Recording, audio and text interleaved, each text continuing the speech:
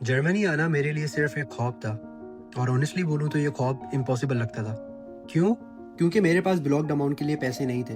Admission letter मिला लेकिन वो भी 14 रिजेक्शंस के बाद। और जब फाइनली एडमिशन आया तो दिमाग में सिर्फ एक सवाल घूम रहा था और वो सवाल था कि अब ब्लॉक्ड अमाउंट का क्या करना है? जर्मनी जाओगे कैसे? बट फिर मेरी स्टोरी में एक ट्विस्ट आया जब मेरे कज़न की मुझे कॉल आई और उसने कहा, अस्सलाम वालेकुम। मेरा ख्याल है कि ब्लॉक अकाउंट ज़रूरी नहीं है बनाना। स्पॉन्सरशिप लेटर पे भी जर्मनी में पढ़ने आया जा सकता है। उस मोमेंट में मुझे लगा कि अल्लाह ने मेरी फाइनली सुन ली है और मेरा जर्मनी जाने का ड्रीम जो है वो फाइनली पूरा होगा।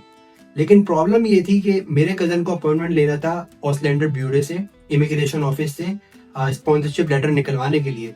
और उस लेटर के चक्कर में जो है वो काफ़ी डिलेज आए। मेरी टेंशन जो है वो काफ़ी बढ़ गई थी और क्योंकि वो अपॉइंटमेंट मिल नहीं रहे थे, उसमें अननेसेसरी डिलेज आ रहे थे जिसकी वजह से जो है वो ड्यूरेशन बहुत ज़्यादा लंबा हो गया था। बट इवेंचुअली इसको जो है वो अपॉइंटमेंट मिला, उसको लेटर मिला और वो लेटर मुझ तक पहुंचा और मैं जर्मनी आ गया। लेकिन ये जर्नी जितनी सुनने में आसान लगती है उतनी आसान थी नहीं, क्योंकि इसके पीछे काफी स्ट्रगल थी और स्ट्रगल से बड़ा मेरा था ड्रीम। लेकिन आज यहाँ मैं बैठा हूँ अपना एक्सपीरियंस शेयर करने के लिए, क्योंकि जो लोग भी स्पॉन्सरशिप लेटर के थ्रू आना चाह रहे हैं जर्मनी, उनको मैं उसके चैलेंजेस बताऊं और क्राइटेरिया बताऊं कि कौन किस तरह स्पॉन्सरशिप लेटर आपको दे सकता है। सो बेसिकली आपको स्पॉन्सर जो है वो कोई भी कर सकता है जो जर्मनी में लीगली रह रहा हो और वो फाइनेंशियल स्टेबल हो। यूजुअली ये आपको आपके फैमिली मेंबर्स ही करते हैं, जिसमें आपके भाई बहन पेरेंट्स या फिर आपके अंकल आ जाते हैं, जिसमें चाचा मामा पप्पा सब आ जाते हैं उसमें, तो वो आपको स्पॉन्सर कर सकते हैं। तो इसकी रिक्वायरमेंट जो है वो बहुत ही सिंपल है।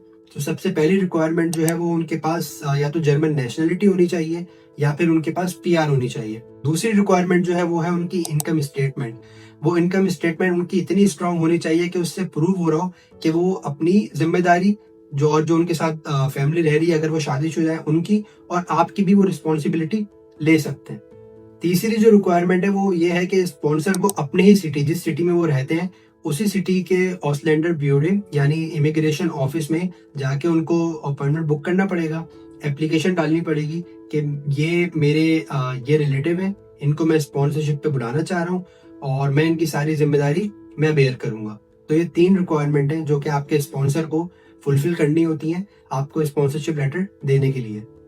अब बात करते हैं इसके बेनिफिट्स की कि अगर आपको स्पॉन्सरशिप लेटर मिल जाए तो उसका बेनिफिट क्या है आपको।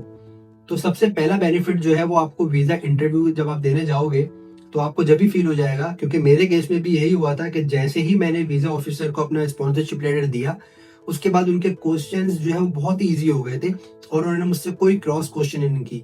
ऑल तो मेरे पास जो है वो मेरे स्पॉन्सर की सैलरी स्लिप्स भी थी और बैंक स्टेटमेंट भी थी, बट उन्होंने वो चीजें भी नहीं मांगी। वेयर एज अगर आप ब्लॉक्ड अमाउंट के थ्रू जाते हो तो अक्सर और पेशतर वो आपसे पूछते हैं कि आपके एज फादर आपको ब्लॉक्ड अमाउंट प्रोवाइड कर रहे हैं तो उनकी सोर्स ऑफ इनकम क्या है, और साथ साथ उनके कभी कभी बैंक स्टेटमेंट भी मांग लेते हैं। तो वो चीजें भी आप लोगों से मांग लेते हैं, लेकिन स्पॉन्सरशिप लेटर में काफी इजी सीन होता है। दूसरा बेनिफिट ये है कि आपको ब्लॉक्ड अमाउंट भरने की जरूरत नहीं पड़ती, जो कि अब 12,000 यूरोज हो गया, तो आप उससे भी बच जाते हो। तीसरा बेनिफिट जो है आपको फील होगा जब आप अपना फर्स्ट टाइम वीजा एक्सटेंड करवाओगे, जैसे अभी रिसेंटली मैंने कराया है। तो आपके अकाउंट में अगर सिर्फ 300 या 400 यूरोज भी हो तो आपका वीजा एक्सटेंड हो जाता है। वेयर एज जो ब्लॉक्ड अमाउंट के थ्रू आते हैं स्टूडेंट्स, तो उनको कुछ सिटीज में तो दोबारा पूरा ब्लॉक्ड अमाउंट शो कराना पड़ता है, कुछ सिटीज में जो है 5-6 हजार यूरोज शो कराने पड़ते हैं। बट अगर आप स्पॉन्सरशिप लेटर पे आए हो तो आपको 300 या 400 यूरोज में भी आपका वीजा एक्सटेंड इजीली हो जाता है। मजा आ रहा है ना सब सुन के? आपको सोच रहे होगे कितनी अच्छी बातें करता है लड़का, लेकिन अब मैं आपको दूंगा एक रियलिटी चेक। तो भाई जो आपको स्पॉन्सरशिप लेटर दे रहा है, आपका जो स्पॉन्सर है, ये उसकी जिम्मेदारी नहीं होती कि वो आपको हर महीने आपके एक्सपेंसेस बेयर करे। ये उनकी बहुत बड़ी सपोर्ट होती है कि वो 12,000 यूरोज का जो बर्डन है वो आपसे एक तरह से चला जाता है उनके स्पॉन्सरशिप लेटर देने की वजह से। तो यही उनकी बहुत बड़ी सपोर्ट होती है। तो लेकिन आपने यहाँ के एक्सपेंसेस अपने पूरे खुद करने होते हैं। और जर्मनी के आजकल जो हालात चल रहे हैं कि विदाउट लैंग्वेज आपको जॉब्स मिलने में काफ़ी मुश्किलात हो रही हैं। तो मेरे केस में भी यही था कि मुझे जो है वो शुरू में जॉब्स नहीं मिली थी और मैंने काफ़ी ढूंढी, क्योंकि मैं रहता भी एक जर्मन सेंट्रिक टाउन में हूँ जो कि थुरिंजी है। यहाँ वैसे भी जॉब्स कम है और ऑल ओवर जर्मनी कम है, जिसकी वजह से मुझे बहुत ही मुश्किलात आई शुरू में। मुझे लोन्स लेने पड़े अपने फ्रेंड से, अपने कज़न से। तो काफ़ी मुश्किलात में मैं आ गया था।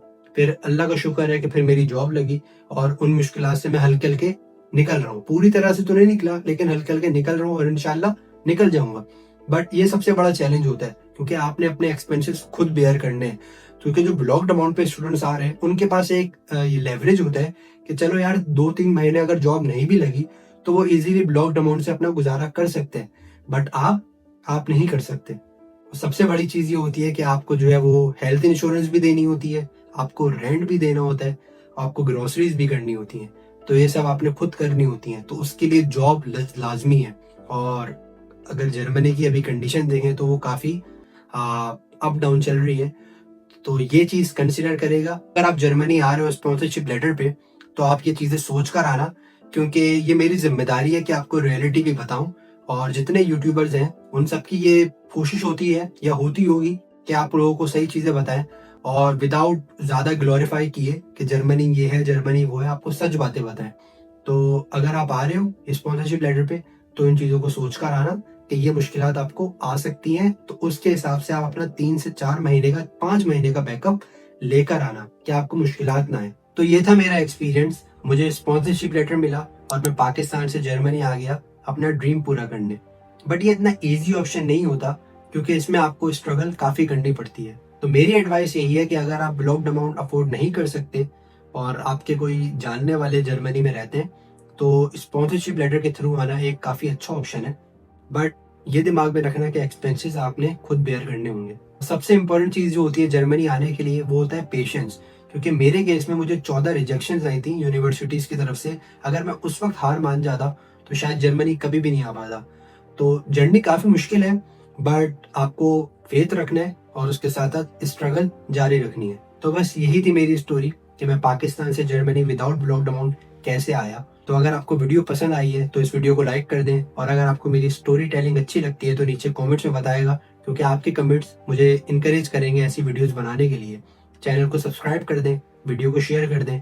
मिलते हैं किसी दूसरी वीडियो में, किसी दूसरे टॉपिक के साथ। टिल देन, अल्लाह हाफ़िज़।